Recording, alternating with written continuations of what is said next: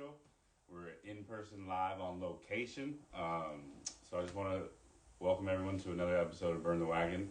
We're here to burn the wagon that is capitalism, colonialism, and patriarchy. So we're going to have a conversation today. This is my first in-person conversation in a while. So as the stage burns, I want our body, mind, and souls to be, rejuvenated, and hopefully it goes our conversation goes in a pleasant way. So first off, I want to send love to anybody out there that's struggling from mental health issues. I want to send love to anybody that's struggling from domestic violence issues. I want to send love to any of our ancestors that have passed on to the spirit realm. I want to send love to any woman or non-binary person that is forced to give birth to any baby. And I want to send love to our precious Mother Earth. So to start off our conversation, we'll start off with where you're from, and we'll go from there. Yeah, right on. So I'm from Salinas, California, born and raised. I've been there my whole life now. I haven't moved. Grew up on the east side my whole life. Just recently I moved out of my parents' house into my own room with some housemates. So that was about like a couple weeks ago. Still getting, still trying to get the hang of it. And spread my creativity throughout there. A little bit more privacy for myself. But yeah, man, born and raised from Salinas, in the 831 area, Bay Area. Yeah. Hell yeah. So you're born and raised out there, so you went to school out there and stuff, right? Yeah, I did. I attended simple schools, nothing too exciting, public schools, But yeah, Salinas High was the high school that I went to. But that was on the south side. Okay. Whole issue there. But I went to it Southside and then Barden, which is on the east side of Salinas. So it was a trip going from the east side to the south side because it was totally different from when I was growing up, and changes your perspective of a lot of things. So that actually helped me a lot. That way I'd be like, changes perspective from like, okay, it was primarily whites. So you get like all these people with like, I'm like from this, they're more attached to their ancestry. So they're like, I'm from, my family came from England, or I'm Scottish, or I'm part Italian, and they show you and they tell you, what's your last name? And they give you the last name. It's like, it's actually like very diverse. Yeah. So that diversity actually did help me out a lot, which I'm really glad I actually like attended. Yeah. So, yeah. And that's so Southside was mainly, you said, Latino? No. Okay. Southside was mostly white. Mostly white, and then East side would be... Latino, Hispanics. And okay, I see. And you grow up mostly your older years with around more white people, you said? Yes, more diverse people. Okay. Yeah, diversity. Growing up on the east side of Salinas, you only get just your Hispanics, Latinos. So you'll get your like Mexicans, Salvadoreños, Hondureños, and all those. You'll get an occasional like someone from that's American. But other than that, which is that. Once I made that transition into high school, I started to meet like Filipinos, more Asian people basically. People from the Samoas, and then obviously we get our students that come from other countries. What's called like student exchange students. Yeah. So I had a really good friend from Turkey. Met her. Wow. There was actually another guy I tried out for soccer. There was a guy all the way from Brazil. He came out. We got a little bit of a chat going on of soccer. African American people. Like I said, it was a big help.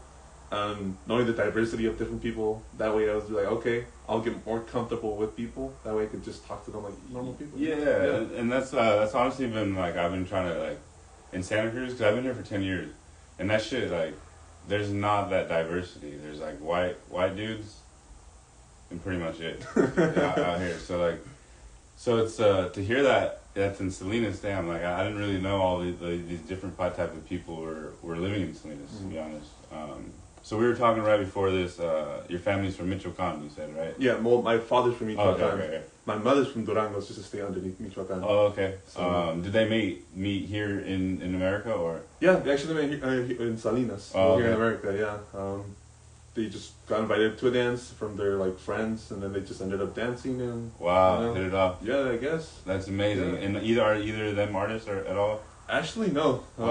Growing up, it was usually my dad working as a campesino, a bracero, working in the fields. Summers I would go with him, picking lemons. lettuce and lemons. So that would be a trip. My mom would usually just be like a housemaid for others, going out cleaning their house and whatnot. But no, none of them are artists. Oh, okay. They were just born and raised out in like in those ranchos. Mm-hmm. So not really much. I don't speak much Spanish, but I was like, I helped some do some school supplies out there to the people who were out there working in the fields. It was like 2 years ago, but like I was trying to use a little bit of Spanish that I knew, but like some of them didn't speak Spanish because it was like they were from Oaxaca, so we spoke like a certain like the indigenous language. What I was tripped out about, I didn't really know much about it. Yeah, from my knowledge of Oaxaca, in Oaxaca there is more than, I want to say, 80 different dialect languages. That's crazy. And it's crazy because there's a lot of people that are trilingual or just know more like multiple languages from Oaxaca. So they'll learn wherever tribe or wherever they're from, they'll learn their language first, and then the neighboring language, and then on top of that, Spanish. So. Yeah, so if they don't learn Spanish, they have their other native tongues that they still speak to this day. Wow. So do you know if there's any indigenous influence like that in Michoacan? In Michoacan, I wouldn't be too sure about it. In Mexico, they all you if you go to different states, you'll automatically notice the artisans, las artesanías that they carry. I did go to Mexico 4 years ago for Day of the Dead because I love the Day of the Dead. Yeah, I went to the streets in Morelia, Michoacan, which is like a really big city, and it was just popping with like some vibrant colors, and they was like, okay, this is awesome, I like it. But then they're like, oh, we got some from Chiapas. Chiapas is like more foresty colors, so green and like vibrant reds and stuff. And all right, and then from Oaxaca, people love their alebrijes. So the alebrijes, you'll see these brighter colors, neon colors mixed with these like. It's just powerful. That's how I could explain Oaxacan art. But from what I know, they have different influences within just here in the States, in their own country in Mexico. They're just really just banned onto their art from their state, so they won't venture out doing different things. Yeah, I see. And let's get into your art. We're starting to talk about different. I can already tell your colors and stuff. Let's. When did you start doing some art? So I mean, as a kid growing up, dude. First generation born. I would always stay at home. So like my faintest memory of the first like cartoon that I ever watched as a kid was Blue's Clues. I would always just like sit down, a piece of paper, helping Steve with the clues, and I'd draw the clues with him. Yeah. So that's like something I vaguely remember, like really remember. And then from there it'd be like, okay, there's like some other TV shows with like very minimal art, so I would just follow along with them. Wow. Yeah, and then like I said, I was the firstborn. I'm the oldest of three. I had. I didn't really have like daycare, so it was always being me by myself, and I didn't know how to mingle with like certain kids. So my brother was born 2 years before I started kindergarten. Oh, I see. Once kindergarten, I did not know how to make friends. It wasn't that I wasn't socially awkward. I just wasn't put out that much. Mm-hmm. If I did, it was probably just like on a soccer team. But other than that, yeah. But yeah, kindergarten rolls around, art class. Just finger painting everywhere. No social skills, no art skills, but I'm painting. So I like that. And yeah, it was just, I never really bought my first sketchbook until I was probably in 8th grade. Wow. So it'd be always like on notebooks on the back of the last pages that no one uses. I use that to doodle on them. Then you met other people along the way back in like elementary school. Like, oh, yo, like I like Dragon Ball Z. It was like, I don't really watch anime or like all this stuff. And I was like, yeah, here you go. That's cool. It's like, yeah, I mean, figure some stuff out on your own. Like I never really went to a library, checked out a book, or learned about Bob Ross until I was like in high school. But still, I just self-taught, and yeah, I mean, that was me. Did you take art classes in high school? In high school, I did. Okay. I actually did. My art teacher was like, have you ever taken any art classes? Miss Johnston, oh, bless her soul. She was such an amazing teacher. Miss Johnston, if you're out there. She's still out there, but hopefully she like at least someone like, hey, Miss Johnson, they gave your shout out. I know, huh? Like, who's this kid? I don't even remember. They always forget about him, man. But nah, she'll remember you. Yeah, Miss Johnson was like super chill. She would tell me, hey, like this is really good. I like what you do. It was just basic. The figures, you know, it'd be a sphere casting the shadow, contrast, and all that stuff. Yeah, and there'd be days where she was like, hey, let me help you out with this. And she would teach me techniques. I was like, oh, okay. Work with charcoal. Use a Q-tip instead of a pencil. A Q-tip, like, wow. That ain't art. That ain't art. Yeah. And then I was like, okay, a Q-tip. And I was like, oh, it works. So then you carry that. So it's like throughout my art career, you could say that. I'll be like, I need something circular that makes a lot of dots. Q-tip. You have to think outside the box sometimes. And I think that she helped me out with that, thinking outside the box. Like, there's no rules to art or certain arts. Just go crazy with it. Yeah, I had the same. I interviewed her on this actually a while ago. It was Miss Ressa. She's Miss Vasquez back in the day. But yeah, she kind of just like, I'm not an art in any way, but like she kind of sat me down with poetry, and like I remember we were supposed to write a paper on you pick a song. And you kind of just break down what the meaning of the lyrics are. And I remember we did Don't Judge Me by Tupac. And yeah, she just opened my eyes to shit and like made me realize like, okay, I don't need to be this closed off person. I don't need to be kind of like, because I grew up on the reservation. You don't talk to anybody. You don't open up. You don't let anybody inside and what you're thinking, how you're feeling. And she helped me realize that I can be open. I can be a person that is like just open, you know. So yeah, those teachers definitely remember you. You know what I mean? She'll definitely remember you. If she did shit like that, you know what I mean. If she was taking her time out of the day to like, yo, let me help you out with this. Let me do the Q-tip. She definitely remembers you. You know what I mean?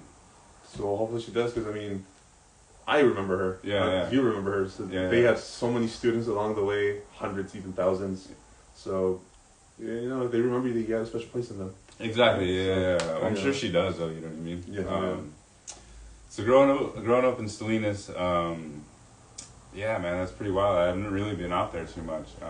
I didn't know there was a big diversity out there of an Asian population and then like Samoans as well. Yeah, well, they're starting to grow. Because I remember growing up as a kid, I played soccer. So they would have these kids coming in from all over Salinas, you know, and I really didn't see any other person other than like a Hispanic, a Latino. But then you started going to these other tournaments and you're like, oh, this kid is African American. Oh, they have an Asian kid on the team. Well, I never this is cool. You always thought like, oh, these guys are so good in basketball. There's specific stereotypes that I don't want to pinpoint out or like offend anyone, but in Salinas, there is this huge. There was this group of Filipinos mainly that played basketball, and they were so good, and everybody was like, "Oh, don't even bother." And growing up, you see them in these basketball tournaments with their kids were playing, and they're like, "Oh, their kids are so good." So seeing someone outside of their stereotype, it made you realize that it's not what we're like drawn to. Yeah. It's something that it's happened. Everybody, you'd be like a Mexican that doesn't like salsa. So it's like, okay, this is awesome. Seeing the different type of people that exist just in everybody's race or whatever, it's cool. Because growing up, I mainly only grew up around natives and white people. And to like, lately I've been hanging out in the city and just in San Francisco and a little bit in Oakland, and just like seeing the different type of people just doing all kind of different type of shit. And like you're saying, because like TV was huge for me, so I just only watched like certain shit like Jamie Foxx show, basketball, and so I only saw these type of people that the TV showed me. So it's like I didn't see the diversity in all the in these groups of people. So like I can connect with what you're saying, like especially with the media and stuff like that and TV, it only shows us a certain side of people, so that diversity is really, like you're saying earlier, it's really good to experience that because you start to see every type of person out there.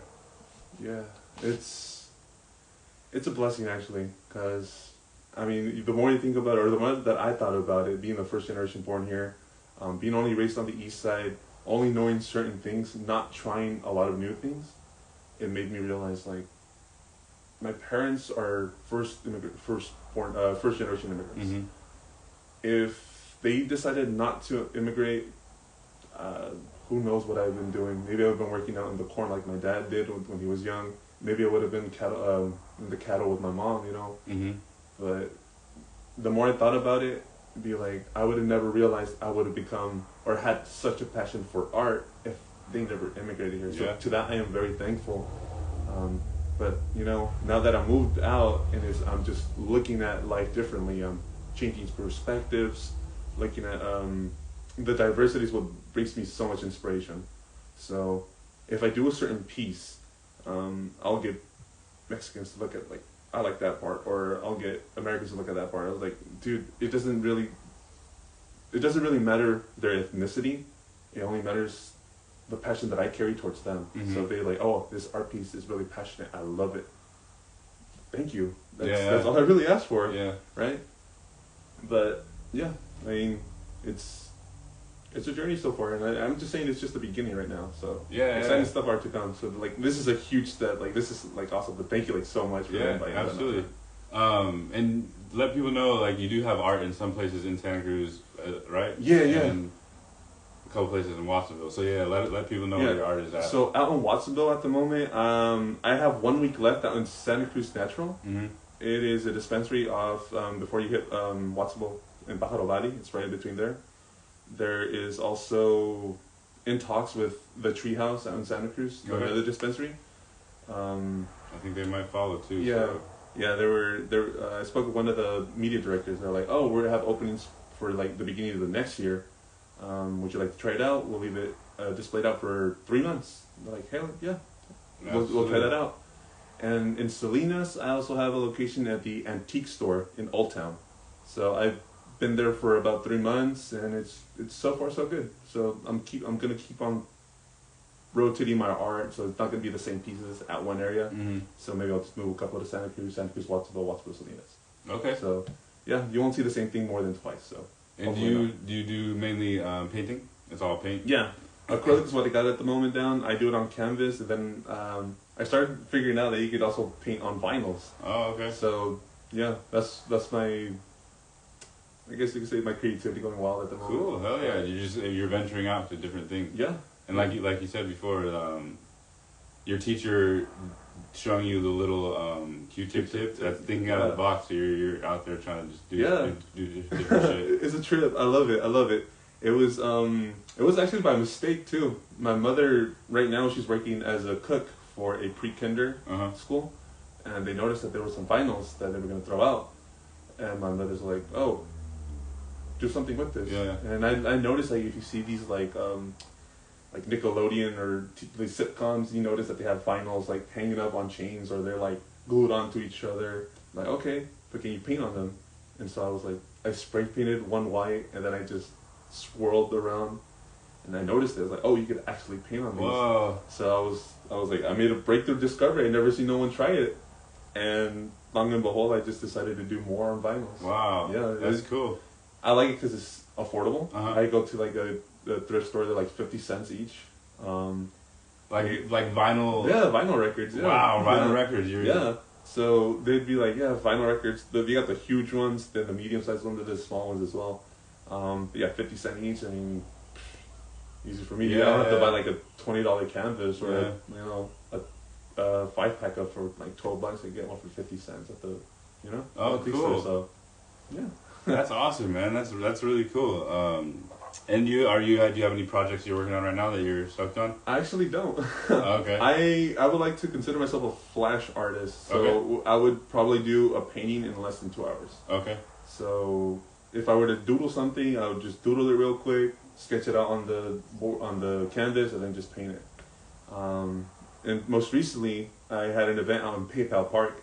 I was live painting, and I started at 5. And I was too much in the zone, not looking at like people looking from behind, recording me. And I finished. It was like I don't even know the size of it. I was gifted to it, but it was a pretty big canvas, and I finished it within 2.5 hours. 2.5 hours, yeah.